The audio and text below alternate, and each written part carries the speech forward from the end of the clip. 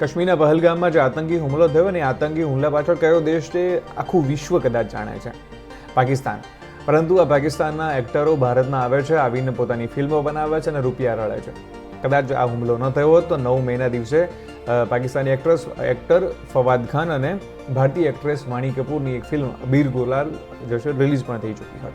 અને પહેલી વાર નથી, આની પહેલાં કેટલાય પાકિસ્તાની એક્ટરો આવે છે, ભારતમાં આવે છે અને આવીને એ અલગ અલગ શોઝ કરે છે, કોન્સર્ટ્સ કરે છે, ક્યાં તો પોતાની ફિલ્મો રિલીઝ કરે છે. અને આ એક્ટર અથવા તો એક્ટ્રેસીસે મોટા મોટા લોકો જોડે કામ કર્યું છે. એ પછી શાહરૂખ ખાન હોય કે બીજા કોઈ પણ સેલિબ્રિટીઝ એમની જોડે એમણે કામ કરેલું છે.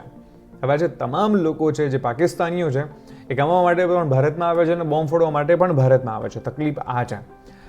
કળાને એવું કહેવામાં છે કે કળાને તો કોઈ દેશ ના હોય, કશું ના હોય, પણ ના, એવું નથી હોતું. તમે આતંકવાદ અને કળા બે એક સાથે ન રાખી શકો.